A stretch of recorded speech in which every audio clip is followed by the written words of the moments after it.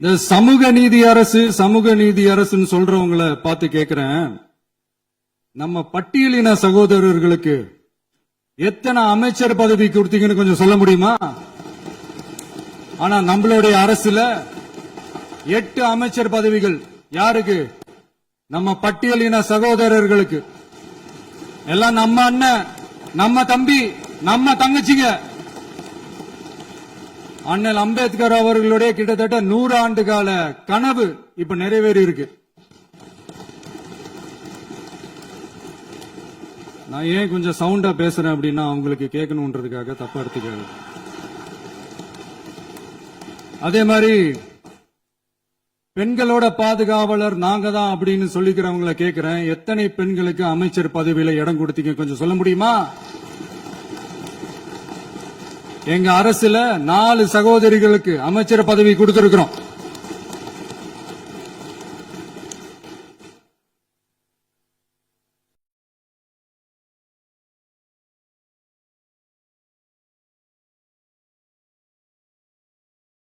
அதனால மக்களால் நிராகரிக்கப்பட்டு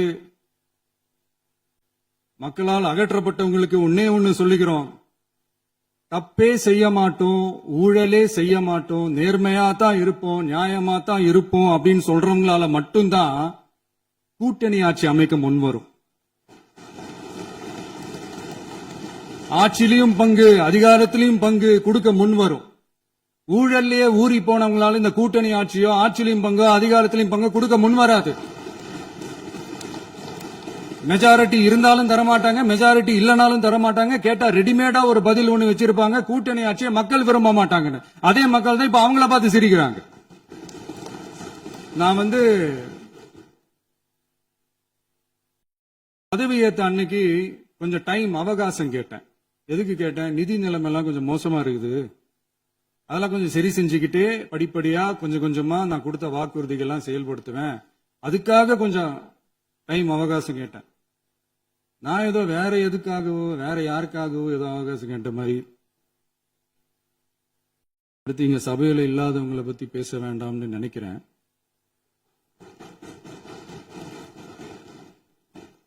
இங்க நம்மளை பத்தி அவதூறு பரப்புறதோட மட்டும் இல்லாம இப்ப நம்ம மக்கள் மேலேயும் அவதூறு பரப்ப ஆரம்பிச்சுட்டாங்க.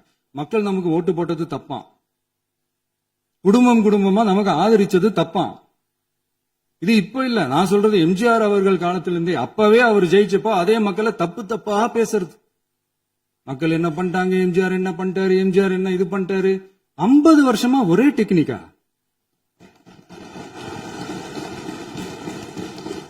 டெக்னாலஜி எல்லாம் மாறி வேற எங்கேயோ போயிட்டு இருக்கு. பஸ் இதுல கொஞ்சம் டெக்னிக்காச்சும் கொஞ்சம் மாத்தினா கொஞ்சம் நல்லா இருக்கும்.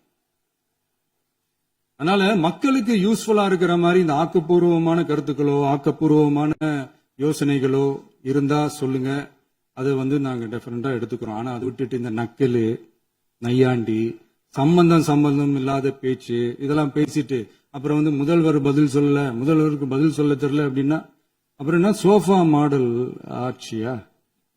அது என்னன்னு புரியறதுக்கே எனக்கு ரொம்ப நாள் ஆச்சு. இந்த சோஃபா செட்டு, டேபிள் சேரு, டீபாய், பர்னிச்சர் பிசினஸ் எல்லாம் வேற எங்க வெளியில போய் பண்ண சொல்லுங்க. அப்படி அந்த பிசினஸ் தான் பண்ணணும்னா நிறைய பிசினஸ் பண்ற மாதிரி வெளியில போய் பண்ண சொல்லுங்க, இங்க சட்டசபைக்குள்ள வேணாம். அதனால ஆக்கப்பூர்வமான கருத்துக்கள் இருந்தா சொல்லுங்க. டெஃபினட்டா அது சரியா இருந்தா நாங்க ஏத்துக்கிறோம். எனக்கு ஒரு குட்டி கதை ஒண்ணு ஞாபகம் வருது, சொல்லாமா? ஒரு ஊர்ல ஒரு பெரியவர் வெயில் ரொம்ப ஜாஸ்தியா இருக்குன்னு சொல்லிட்டு கண்ணுக்கு மேல கை வச்சுக்கிட்டு இப்படி சுத்தி முத்தி தேடிக்கிட்டு இருந்தாராம். அப்ப கூட இருந்த ஒரு சின்ன பையன் என்ன தேடுறீங்க அப்படின்னு கேட்டானா. அதுக்கு அந்த பெரியவர் சொன்னாரா, அது ஒண்ணு இல்ல தம்பி, உங்க அப்பா இங்கதான் இருப்பாருன்னு சொன்னாங்க, அதான் தேடிக்கிட்டு இருக்கேன். எங்க உங்க அப்பாவையா காணோம்?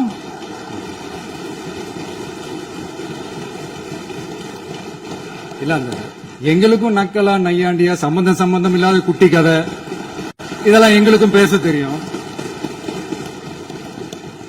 அந்த கதையில பெரியவர் அப்படி சொன்னாராம், தப்பா எடுத்துக்காதீங்க. அந்த கதையில பெரியவர் அப்படி கேட்டாராம். அதனால யாரும் இங்க டென்ஷன் ஆக வேணாம். அதனால இன்னொரு இந்த என்னுடைய உரையை முடிக்கிறதுக்கு முன்னாடி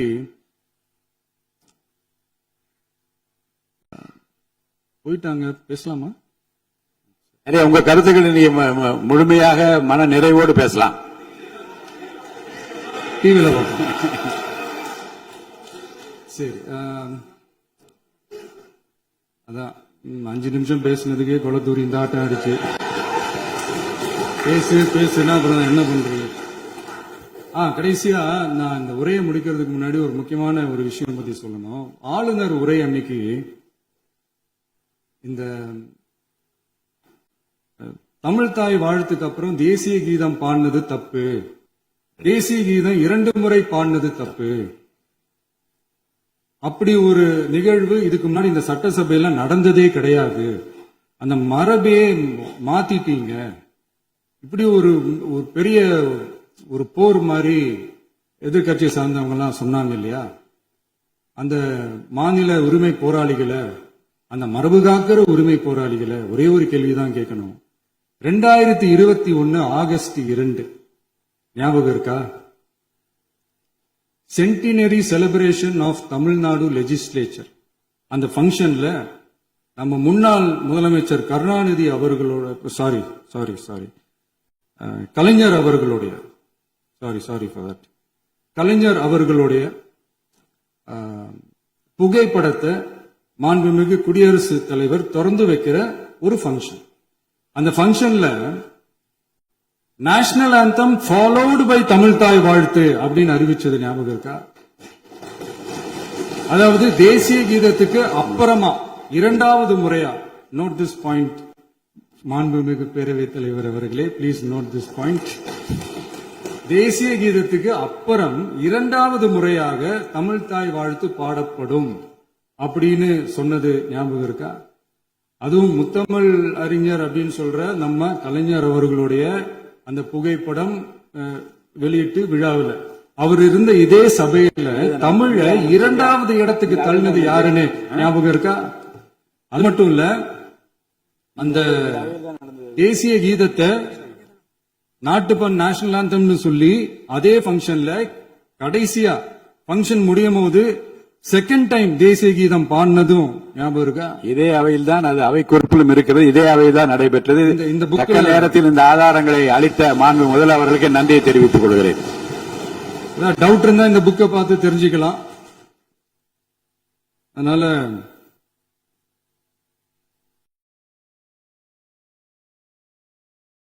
கேட்டா என்ன சொல்லுவாங்கன்னா, அது ஜனாதிபதி கலந்துகிட்ட பங்கன், அதெல்லாம் அப்படிதான், அதெல்லாம் கண்டுக்க கூடாது அப்படின்னு சொல்லுவாங்க.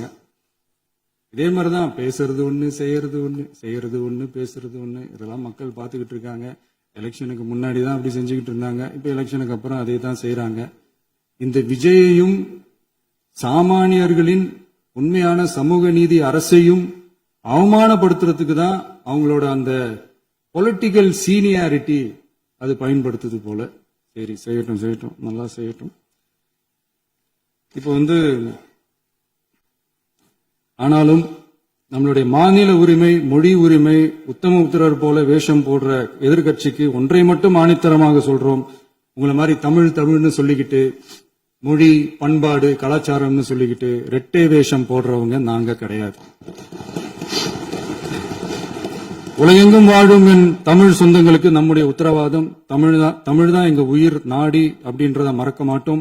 இப்பவும் சொல்றோம், மாநில உரிமையில எப்பவும் உறுதியா இருப்போம். அதே சமயத்துல அரசியல் வேற, ஒன்றிய மாநில அரசுகளுக்கு இடையே இருக்கிற நிர்வாக அணுகுமுறை வேற. இதுல நாங்க ரொம்ப தெளிவா இருக்கிறோம்.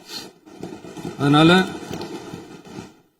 எங்களுக்கு பாடம் எடுக்கிறதா நினைச்சுக்கிட்டு உங்க வேஷத்தை நீங்களே கொஞ்சம் கொஞ்சமா கலைச்சுக்கிட்டே வர்றீங்க, மறந்துடாதீங்க. அப்புறம் நேத்து எதிர்கட்சி தலைவர், மாண்புமிகு எதிர்கட்சி தலைவர் பேசும்போது நிறைய பேசினாங்க. அதுல ஒண்ணு மட்டும் அரசு சொல்றதா நினைச்சுக்கிட்டு நம்மள இன்டைரக்டா ஈவில் அப்படின்ற அந்த வார்த்தையை யூஸ் பண்ணாங்க. எனக்கு ஒண்ணுதான் சொல்லணும்னு தோணுது. ஈவில்ஸ்னு டெவில்ஸ் பேசக்கூடாது.